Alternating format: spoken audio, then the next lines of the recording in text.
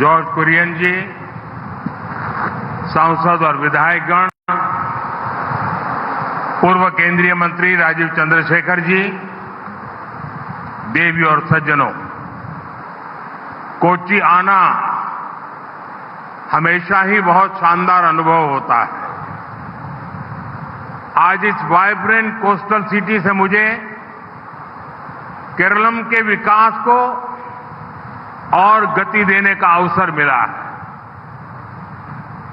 थोड़ी देर पहले केरलम के विकास से जुड़े अराउंड 11,000 करोड़ रुपीस के प्रोजेक्ट का शिलान्यास और लोकार्पण हुआ है।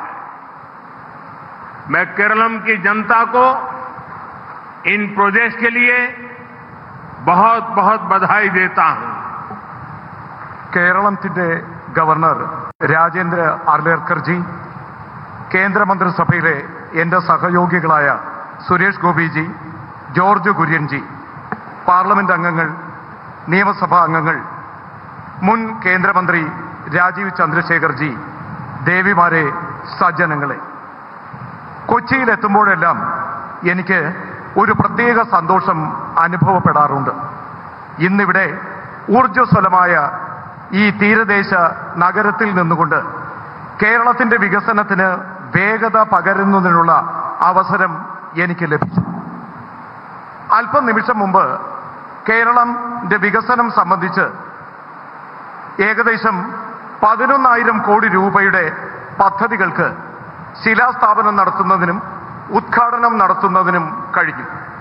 ഞാൻ കേരളത്തിലെ ജനങ്ങൾക്ക് ഈ പദ്ധതികൾക്കായി വളരെയധികം ശുഭാശംസകൾ നേരുകയാണ്. एनडीए सूरतगढ़े आत्मनिर्भर भारत बनाने के लिए, मेक इन इंडिया के लिए पेट्रोलियम सेक्टर का विस्तार बहुत आवश्यक है। आज कोच्चि रिफाइनरी में पॉलीप्रोपाइलिन यूनिट के शिलान्यास के पीछे भी यही लक्ष्य है। इस यूनिट से हर साल अराउंड 4 लाख टन पॉलीप्रोपाइलिन का प्रोडक्शन होगा। आने वाले समय में ये plant packaging, textile, automobile, medical devices, ऐसी अनेक फैक्ट्रीज को सपोर्ट करेगा। എന്റെ സുഹൃത്തുക്കളെ, ആത്മനിർഭര ഭാരത നിർമ്മാണത്തിനായാലും മേക്ക് ഇൻ ഇന്ത്യക്കായാലും പെട്രോളിയം മേഖലയുടെ വികസനം വളരെ ആവശ്യമാണ്. ഇന്ന് കൊച്ചിൻ റിഫൈനറിയിൽ പോളിപ്രൊപ്പൈലിൻ യൂണിറ്റിന്റെ ശിലാസ്ഥാപനം നടത്തിയതിന്റെ പിന്നിലെയും ലക്ഷ്യം ഇതാണ്. ഈ യൂണിറ്റിൽ നിന്ന് പ്രതിവർഷം ഏകദേശം 4 ലക്ഷം ടൺ പോളിപ്രൊപ്പൈലിൻ ഉത്പാദനം സാധ്യമാകും. വരും സമയങ്ങളിൽ ഈ plant packaging, textile, automobile, medical devices അങ്ങനെ അനേകം വ്യവസായങ്ങൾക്ക് പിന്തുണയേകും. एनडीए सूरतगढ़े भारत आज मैन्युफैक्चरिंग का बहुत बड़ा हब बनता जा रहा है। एआई और सेमीकंडक्टर सेक्टर में भी देश तेजी से प्रगति कर रहा है। ऐसे हर काम के लिए ज्यादा एनर्जी चाहिए, ज्यादा से ज्यादा ग्रीन और क्लीन एनर्जी की आवश्यकता है। और भारत सोलर पावर के मामले में दुनिया के टॉप के देशों में से एक बन चुका है। हमारा प्रयास है कि केरलम भी सोलर पावर जनरेशन में और आगे बढ़े। इसी मकसद से आज वेस्ट कलाड़ा, उसमें 50 मेगावाट के फ्लोटिंग सोलर प्रोजेक्ट का फाउंडेशन स्टोन रखा गया है। केरलम में तो बहुत बड़ी संख्या में वाटर बॉडीज हैं, इसलिए यहां फ्लोटिंग सोलर पावर क्षेत्र में बहुत पोटेंशियल भी है। എന്റെ സുഹൃത്തുക്കളെ, ഭാരതം ഇന്ന് മാനുഫാക്ചറിംഗ് മേഖലയിൽ ലോകത്തെ ഏറ്റവും വലിയ ഹബ്ബായി മാറുകയാണ്. AI മേഖലയിലായാലും സെമി കണ്ടക്ടർ മേഖലയിലായാലും രാജ്യം ഇന്ന് അതിവേഗം പുരോഗതി കൈവരിക്കുകയാണ്. ഈ പ്രവർത്തനങ്ങൾക്ക് നമുക്ക് ധാരാളമായി ഊർജം ആവശ്യമുണ്ട്. ധാരാളമായി ഗ്രീൻ ക്ലീൻ എനർജി ആവശ്യമാണ്. ഇന്ന് ഭാരതം സൗരോർജ ശക്തിയിൽ ലോകത്തെ ഏറ്റവും പ്രമുഖ രാജ്യങ്ങളിൽ ഒന്നാണ്. നമ്മുടെ പ്രയാസം ഈ പരിശ്രമങ്ങളിലൂടെ കേരളവും സൗരോർജ ഉൽപാദനത്തിൽ മുന്നേറണം എന്നുള്ളതാണ്. ഈ പ്രചോദനം ഉൾക്കൊണ്ടുകൊണ്ടാണ് ഇന്ന് പടിഞ്ഞാറേ കല്ലടയിൽ 50 മെഗാവാട്ടിന്റെ ഫ്ലോട്ടിംഗ് സോളാർ പ്രോജക്റ്റിന് ശിലാന്യാസം നടത്തിയത്. കേരളവും നമുക്കറിയാം ധാരാളം ജലാശയങ്ങൾ നിറഞ്ഞതാണ്. ആയതിനാൽ ഫ്ലോട്ടിംഗ് സോളാർ പവർ മേഖലയിൽ ഇതിലൂടെ അനന്ത സാധ്യതകൾ കൈവരിക്കുന്നു. छत्तीसगढ़े आज दुनिया आधुनिक इंफ्रास्ट्रक्चर पर हो रहे निवेश के लिए भारत की भूरी भूरी प्रशंसा करती है.